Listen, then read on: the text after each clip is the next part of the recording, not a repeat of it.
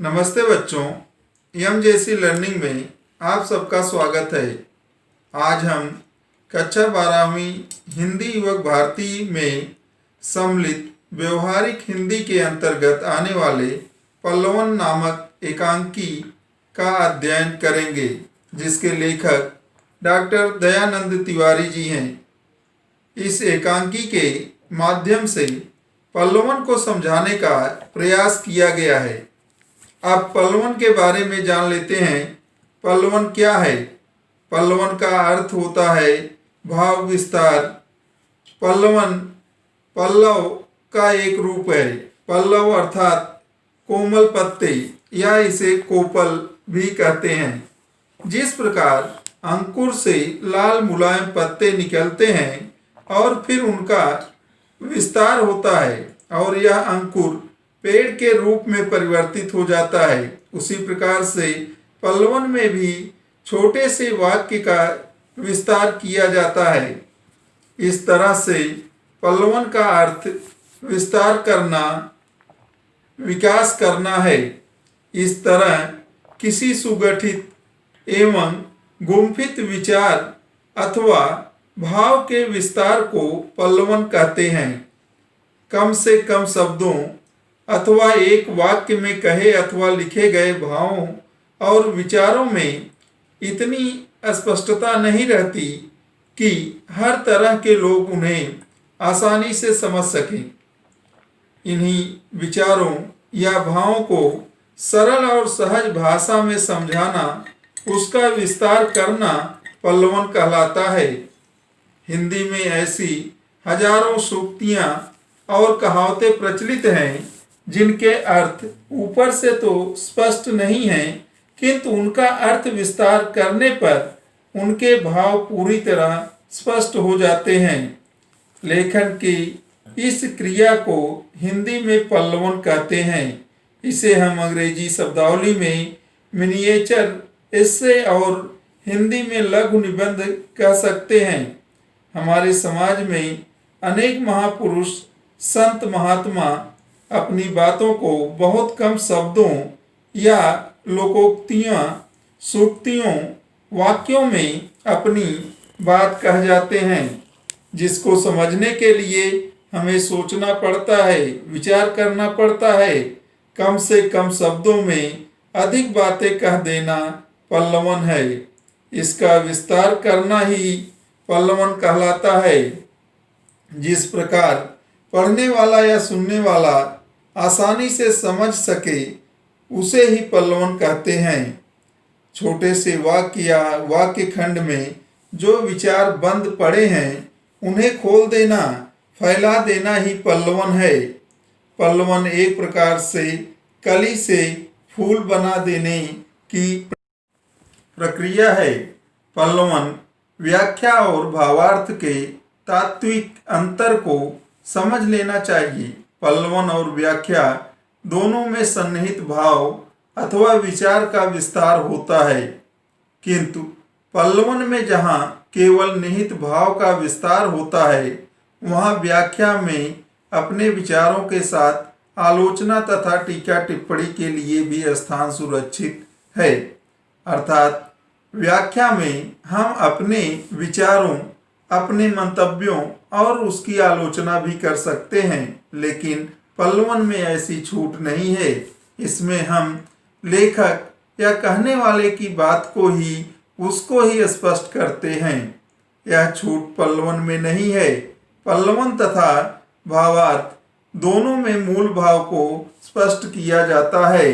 भावार्थ में भाव विस्तार की एक सीमा होती है, जबकि पल्लवन में ऐसा कोई बंधन नहीं है।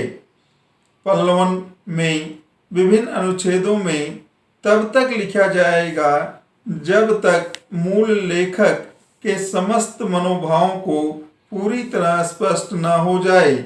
अर्थात पल्लवन में एक एक भाव को एक एक अनुच्छेद में स्पष्ट करते हुए हमें आगे बढ़ना पड़ता है, जिससे कि लेखक का कोई भी भाव या कोई भी बात जो है स्पष्ट होने से रह जाए। इसलिए हर भाव को स्पष्ट करते हुए हमें आगे बढ़ना पड़ता है। यह संक्षेपण का ठीक उल्टा है, अर्थात पल्लवन संक्षेपण का विरुद्धार्थी है। पल्लवन के कुछ सामान्य नियम जिसको ध्यान में रखकर हम पल्लवन लिखते हैं। पहला, पल्लवन के लिए मूल अवतरण के वाक्य, सूक्ति, लोकोक्ति अथवा कहावत को ध्यान पूर्वक पढ़िए ताकि मूल के संपूर्ण भाव अच्छी तरह समझ में आ जाए, तभी जाकर हम उसका पल्लवन सही ढंग से लिख सकते हैं। मूल विचार अथवा भाव के नीचे दबे अन्य सहायक विचारों को समझने की प्रयत्न कीजिए। मूल विचार के नीचे जो छुपा हुआ विचार है, जो विचार आसानी से नहीं समझा जा सकता है, उसको भी हमें समझने की आवश्यकता होती है। उसको समझने का प्रयत्न हमें करना चाहिए। मूल और गौड़ विचारों को समझ लेने के बाद एक एक कर सभी निहित विचारों को एक एक अनुच्छेद में लिखना आरंभ कीजिए ताकि कोई भी भाव अथवा विचार छूट न पाए। चौथा, भाव और भाषा की अभिव्यक्ति में पूरी स्पष्टता, मौलिकता और सरलता होनी चाहिए। वाक्य छोटे छोटे और भाषा अत्यंत सरल होनी चाहिए। अलंकृत भाषा लिखने की चेष्टा नहीं करनी चाहिए, क्योंकि अगर अलंकृत भाषा का प्रयोग करेंगे तो समझने में कठिनाई होगी, उसका सही भाव लोग नहीं समझ पाएंगे। इसलिए अलंकृत भाषाओं से हमें बचना चाहिए। पल्लवन के लेखन में अप्रासंगिक बातों का अनावश्यक विस्तार या उल्लेख बिल्कुल नहीं होना चाहिए। पल्लवन में लेखक को मूल तथा गौड़ भाव विचार की टीका, टिप्पणी और आलोचना नहीं करनी चाहिए। यहाँ पर यह बताने का प्रयास किया गया है कि लेखक के मूल भाव को ही हमें बताना है, उस पर किसी प्रकार का टीका टिप्पणी या आलोचना से हमें बचना चाहिए। पल्लवन की रचना हर हालत में अन्य पुरुष में होनी चाहिए, जैसे कि लेखक ने कहा, कवि ने कहा। इस तरह से हमें अन्य पुरुष का प्रयोग करना चाहिए। पल्लवन व्यास शैली में होनी चाहिए, समाज शैली को नहीं अपनाना चाहिए। अतः इसमें बातों को विस्तार से लिखने का अभ्यास किया जाना चाहिए। अब हम लेखक परिचय एवं पाठ परिचय के बारे में जानकारी हासिल करेंगे। लेखक परिचय। डॉक्टर दयानंद तिवारी जी का जन्म 1 अक्टूबर 1962 को महाराष्ट्र के जिला रायगढ़ के खोपोली गांव में हुआ। आपके पिता का नाम रामचंद्र तिवारी है। आप मुंबई विश्वविद्यालय से एमए हिंदी व शिक्षा शास्त्र में किया। पीएचडी डीलिट आगरा से किए। आप एसआईएस कॉलेज में शिक्षक पद पर कार्यरत रहकर कुशल शिक्षक की भूमिका निभाई। आप सदस्य मुंबई विभागीय बोर्ड, महाराष्ट्र राज्य माध्यमिक व उच्च माध्यमिक परीक्षा मंडल सदस्य, पाठ्य पुस्तक निर्माण समिति, महाराष्ट्र शासन विशेष कार्यकारी अधिकारी आदि के रूप में भी आप अपना योगदान दिए। आप सफल अध्यापक होने के साथ साथ समाजशास्त्री तथा कुशल साहित्यकार के रूप में भी चर्चित हैं।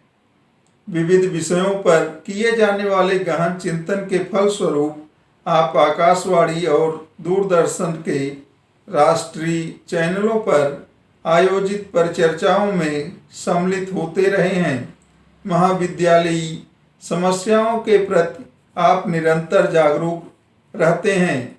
आपकी भाषा अत्यंत संप्रेषणीय और प्रभावोत्पादक है। प्रमुख कृतियाँ। साहित्य का समाजशास्त्र, समकालीन हिंदी कहानी, विविध विमर्श, चित्रा मुदगल के कथा साहित्य का समाजशास्त्र, हिंदी व्याकरण, हिंदी कहानी के विविध आयाम, कनिष्ठ महाविद्यालय के विद्यार्थियों में चरित्र निर्माण, समाधान, काशी के अनुभव, काशी और शंकराचार्य आदि। एकांकी विद्या के बारे में थोड़ी सी जानकारी हमें प्राप्त कर लेना चाहिए, क्योंकि हमारा जो पाठ है वह एकांकी विद्या में लिखा गया है। एकांकी विद्या के माध्यम से हमें पल्लवन के बारे में बताया गया है। हिंदी साहित्य में एकांकी का विशिष्ट स्थान है। एकांकी को सरल भाषा में नाटक का लघु रूप कहा जा सकता है।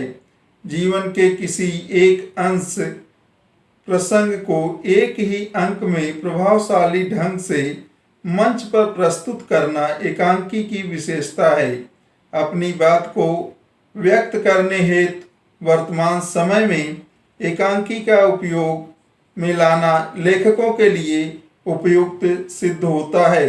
अर्थात अपनी बातों को लोगों के सामने रखने का सबसे सशक्त माध्यम आज एकांकी बन चुका है। एकांकी के माध्यम से अपने कठिन से कठिन शब्दों को सरल भाषा में, सरल शब्दों में लोगों के पास तक पहुंचाया जाता है। पाठ परिचय। यहाँ पर पल्लवन की प्रस्तुति एकांकी विधा में की गई है। साहित्य शास्त्र में पल्लवन लेखन को उत्तम साहित्यकार का लक्षण माना गया है। अर्थात यह लेखकों की कसौटी है। जो लेखक जितना अच्छा पल्लवन लिख सकता है, लेखन कार्य कर सकता है, उसे उतना अच्छा लेखक माना गया है। प्रस्तुत पाठ में पल्लवन अर्थात किसी उद्धरण, सूक्ति, सुवचन के विस्तृत अर्थ लेखन को अत्यंत सरल शैली में समझाया गया है। पल्लवन शब्द की अवधारणा का प्रतिपादन और उसका साहित्य शास्त्रीय विवेचन प्राप्त हुआ है।